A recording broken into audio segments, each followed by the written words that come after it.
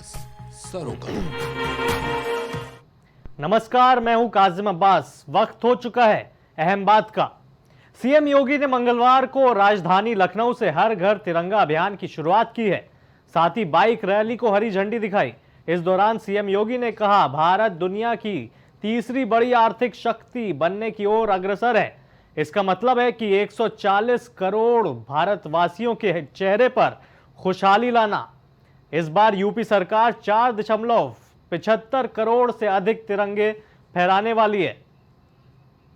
हर घर तिरंगा अभियान बीजेपी ने चला दिया है। वहीं आपको बता दें कि 13 तारीख आज से लेकर 15 अगस्त तक हर घर तिरंगा अभियान चलाया जा रहा है, जिसको लेकर पूरे प्रदेश में घर घर जाकर योगी सरकार के मंत्री और विधायक अभियान चला रहे हैं। घर घर जाकर लोगों को 15 अगस्त को लेकर उत्साहित कर रहे हैं। हर घर तिरंगा लगाकर उनको उनके अंदर जोश भरने का काम कर रहे हैं। और हमारे जो युवा हैं, प्रदेश के जो युवा हैं, उनको उनके दिलों में जोश भरने का काम कर रहे हैं हर घर तिरंगा अभियान को लेकर। लेकिन वहीं अगर बात करें विपक्ष की, तो विपक्ष लगातार बीजेपी सरकार को घेरने में लगा हुआ है कि जो योगी सरकार हर घर तिरंगा अभियान चला रही है, कहीं न कहीं ये देखा जाए तो ये कहीं न कहीं राजनीतिक है और पूरे प्रदेश में राजनीति कर रही है बीजेपी हर घर तिरंगा के नाम पर।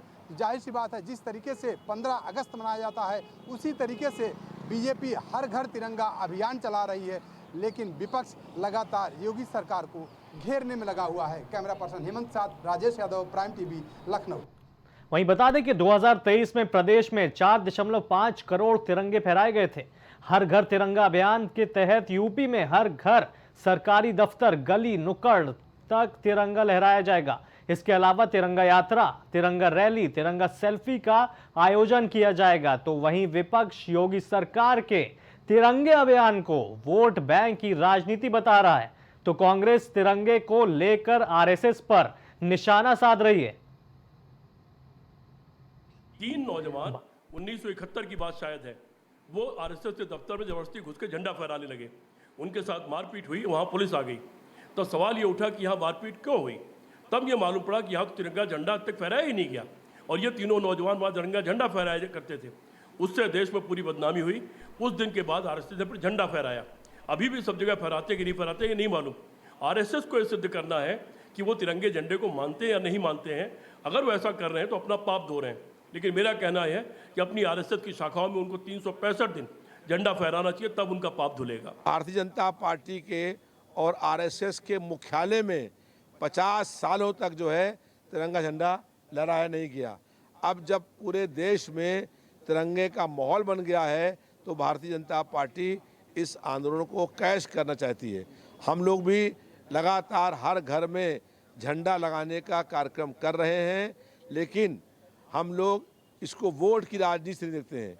ये राष्ट्रभक्ति की बात है, और जो अमर शहीद हुए हैं उनकी याद में तिरंगा लहराने का हम लोग काम करते हैं। समाजवादी पार्टी के कार्यकर्ता भी हर घर में झंडा लगाने का काम कर रहे हैं। वहीं खबर यूपी में आगामी उपचुनाव से पहले सारी पार्टियां अपनी तैयारियों में लगी हुई हैं। हाल ही में बीएसपी ने अपने उम्मीदवारों की लिस्ट तय कर दी थी। वहीं आज कांग्रेस ने 10 सीटों पर पर्यवेक्षकों को तैनात कर दिया है। अब सवाल यह है कि यूपी में उपचुनाव से पहले इंडिया अलायंस ने अपने पर्यवेक्षकों को साथ में क्यों नहीं उतारा, यानी कि सपा के साथ क्यों नहीं उतारा। अलग 10 सीटों पर पर्यवेक्षकों को उतारने से राजनीतिक गलियारों में एक मिक्स सिग्नल, मिक्स संदेश जा रहा है कि अलायंस में सब कुछ ठीक तो है, क्योंकि जब से लोकसभा के उपचुनाव यानी कि लोकसभा के चुनाव हुए हैं, तब से कांग्रेस काफी मजबूत नजर आ रही है। लेकिन क्या कांग्रेस इस लिस्ट के जरिए अपने पार्टनर यानी सपा को प्रेशर में रखना चाहती है, या ये कोई और मास्टर प्लान है? उपचुनाव की हमारी तैयारी चल रही है और हम लोग सहयोगी हैं। इंडिया गठबंधन लड़ेगा, सपा और कांग्रेस नहीं लड़ेगी। अगर इंडिया गठबंधन लड़ेगा तो 10 सीट हमारी है, और 10 की 10 सीट पर दोनों को काम करना, हमको भी काम करना, समाजवादी पार्टी को भी काम करना है। इसका और कोई मतलब नहीं है। और हम लोगों ने तैयारी शुरू कर दी है। हमारे प्रदेश अध्यक्ष अजय राय जी ने जहाँ जहाँ उपचुनाव है, विशेष तौर पर जहाँ हम लोग लड़ना चाहते हैं, वहाँ के जिला और शहर अध्यक्ष को बुलाया था और उन तमाम नेताओं को बुलाया था जो वहाँ से जुड़े हुए हैं। उनके साथ एक लंबी मीटिंग हुई, वहाँ के बारे में चर्चा हुई और उसकी तैयारियों के लिए लोगों को निर्देश दिया गया। अभी जो पर्यवेक्षक नियुक्त किए गए हैं ये भी इसीलिए किए गए कि चुनाव कोई भी लड़े वहाँ पर कांग्रेस पार्टी वहाँ पर काम करे और इन पर्यवेक्षकों के माध्यम से वहाँ की रिपोर्ट मिलती रहे और हम लोग मिल के लड़ेंगे। इंडिया गठबंधन पूरी मजबूती से लड़ेगा भी और जीतेगा भी। हाँ, भाजपा डरी हुई है, उपचुनाव करा देने चाहिए थे अब तक। उत्तर प्रदेश में जो विधानसभा के 10 उपचुनाव होने हैं, इसमें समाजवादी पार्टी और कांग्रेस प्रत्याशी चुनाव मिलकर लड़ेंगे। इंडिया गठबंधन से चुनाव लड़ा जाएगा और कहीं कोई विवाद नहीं है। कांग्रेस पार्टी ने अपना वोट ट्रांसफ़र करवाने के लिए पर्यवेक्षक बनाए हैं और जहां पर सापा के प्रत्याशी होंगे वहां सापा ने प्रभारी बना दिए हैं। बाकी स्थानों पर बातचीत चल रही है। इंडिया गठबंधन मिल करके चुनाव लड़ेगा। हम लोगों का उद्देश्य और लक्ष्य है कि भारतीय जनता पार्टी को हराना है। वहीं खबर कन्नौज में रहने वाला सपा नेता और पूर्व ब्लॉक प्रमुख नवाब सिंह यादव सुर्खियों में। पुलिस ने उसे 15 साल की लड़की से दुष्कर्म की कोशिश में गिरफ्तार किया है। आरोप है कि लड़की उसके पास नौकरी मांगने गई थी। इस बीच पुलिस की एक टीम ने छापेमारी की और नवाब सिंह को अरेस्ट कर लिया। दूसरी ओर सपा ने नवाब सिंह यादव से किनारा कर लिया है। कन्नौज के सपा जिलाध्यक्ष कलीम खान ने बताया कि नवाब सिंह यादव अब सपा के सदस्य ही नहीं है, ये उनकी व्यक्तिगत मामला है। ये इंडी गठबंधन के सभी लोग जिस ढंग से एक दूसरे से मिले हुए हैं, कहां गई प्रियंका गांधी जी जो कहती थी लड़की हूं लड़ सकती हूं, उनके होठ सिले हुए हैं अयोध्या कन्नौज से लेकर कोलकाता तक। राहुल गांधी जी जो कहते थे कि मोहब्बत की दुकान, तो मुझे लग रहा है कि उनकी दुकान में, उनकी उस सियासी दुकान में मोहब्बत अपराधियों के लिए है, मोहब्बत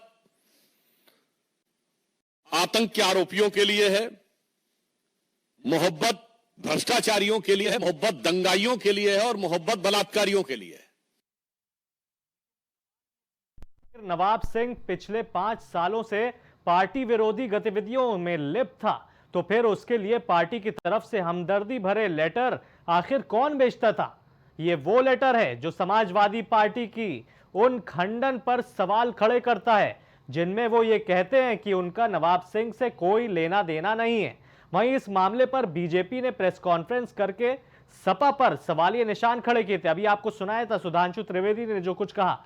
अब सवाल यह है कि आखिर आगे क्या होता है।